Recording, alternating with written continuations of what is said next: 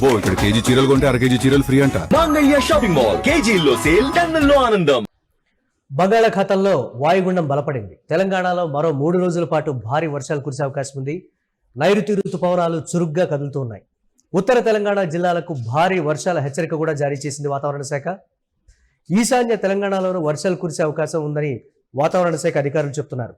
హైదరాబాద్లో మంగళవారం వర్షం దంచి కొట్టింది. హైటెక్ సిటీ, మాదాపూర్, అమీర్పేట్, గచ్చిబౌలి, బాచుపల్లి, మియాపూర్ సహా పలు ప్రాంతాలు జలమయమయ్యాయి. భారీ వర్షాల నేపథ్యంలో పోలీసులు అప్రమత్తమయ్యారు. ఉద్యోగులను ముందుగానే లాగౌట్కు అనుమతించాలని కూడా ఐటీ కంపెనీలకు పోలీసులు ప్రత్యేక సూచనలు చేశారు. ప్రయాణ వేళల్లో ట్రాఫిక్ సమస్యలు తలెత్తకుండా చర్యలు చేపడుతున్నారు అధికారులు. అత్యవసరమైతే తప్ప బయటకు రావద్దని కూడా హెచ్చరిస్తూ ఉన్నటువంటి పరిస్థితి ఉంది.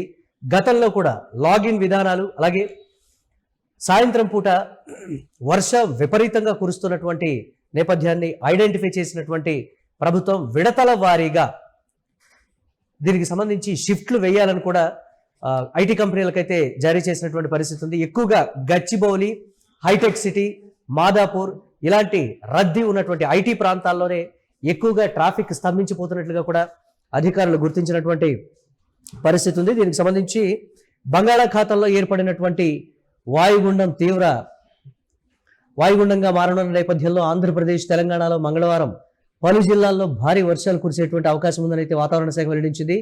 ఏపీ, తెలంగాణలోని పలు జిల్లాలకు కూడా ఆరెంజ్, ఎల్లో అలర్ట్లు అయితే జారీ చేయగా గంటకు 40 నుంచి 60 కిలోమీటర్ల వేగంతో ఈదురుగాలులు వీచే అవకాశం ఉందని కూడా హెచ్చరించింది.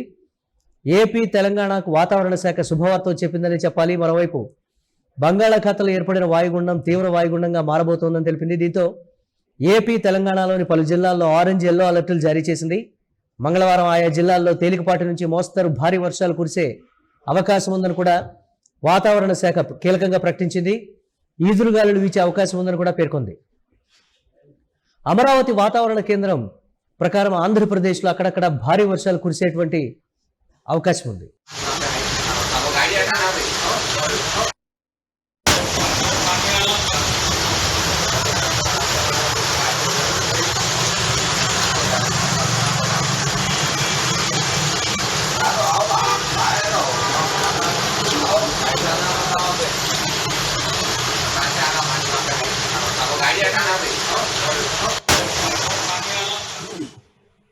అయితే అక్కడక్కడ ఆంధ్రప్రదేశ్లో భారీ వర్షాలు కురిసే అవకాశం ఉందని కూడా పేర్కొంది. పలు జిల్లాలు అంటే అల్లూరి సీతారామరాజు, పోలవరం, కాకినాడ, తూర్పుగోదావరి, పశ్చిమ గోదావరి, ఏలూరు జిల్లాల్లో అక్కడక్కడ ఉరుములతో కూడినటువంటి తేలికపాటి నుండి మోస్తరు వర్షాలు కురిసే అవకాశం ఉందని ఏపీఎస్డిఎంఏ వెల్లడించింది. దీంతోపాటు 40 నుంచి 60 కిలోమీటర్ల వేగంతో ఈదురుగాలులు వీచే అవకాశం కూడా ఉంది.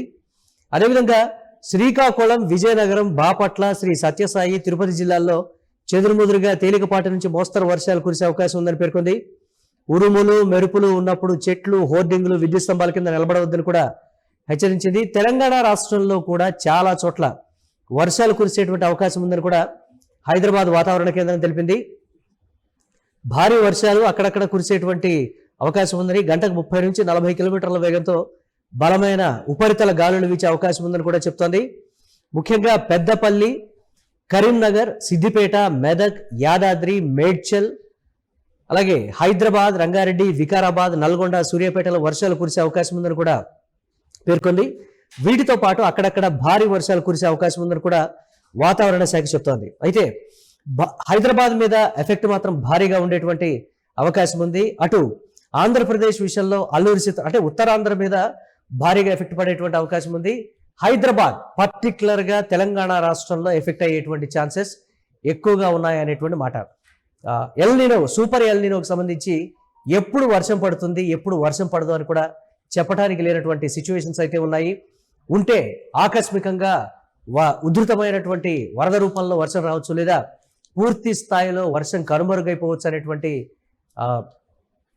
సమాచారం నేపథ్యంలో దాదాపుగా రాబోయే 3 రోజులు తెలంగాణ వ్యాప్తంగా అంటే తెలుగు రాష్ట్రాల్లో భారీ వర్షాలు కురిసే అవకాశం అయితే ఉంది. పర్టికులర్గా తెలంగాణలోని కొన్ని జిల్లాలు, సిద్దిపేట కావచ్చు, కరీంనగర్, అటువైపు ఉన్నటువంటి మిగతా ప్రాంతాల్లో కూడా భారీ స్థాయిలో వర్షాలు కురిసే అవకాశం ఉందని అయితే వాతావరణ శాఖ అయితే చెప్తోంది. పర్టికులర్గా హైదరాబాద్లో ఐటీ కంపెనీలకు కొన్ని గైడ్ లైన్స్ కూడా జారీ చేసింది.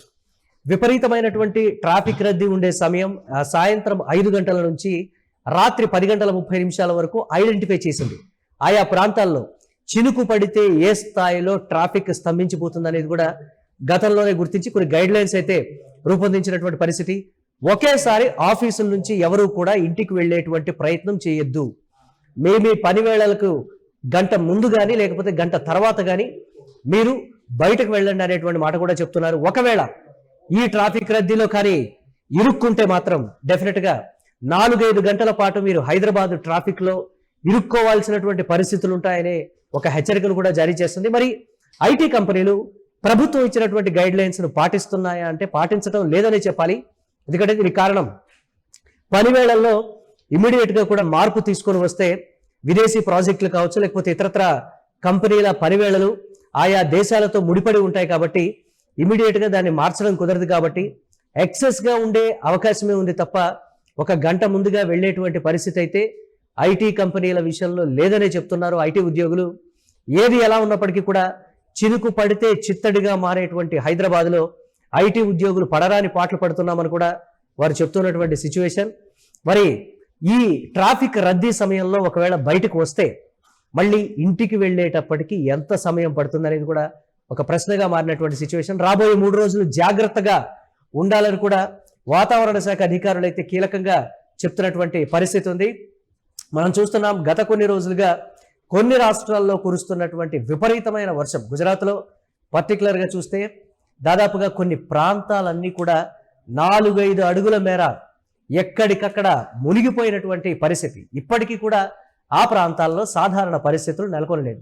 గతంలో కూడా మనం చూసాం హైదరాబాద్లో వర్షం పడితే లోతట్టు ప్రాంతాలు కావచ్చు, గచ్చిబౌలి, హైటెక్ సిటీ, అలాగే మియాపూర్, కుకట్పల్లి ఈ ప్రాంతాలన్నీ కూడా ఎక్కువగా రద్దీగా ఉండేటువంటి సిచ్యువేషన్.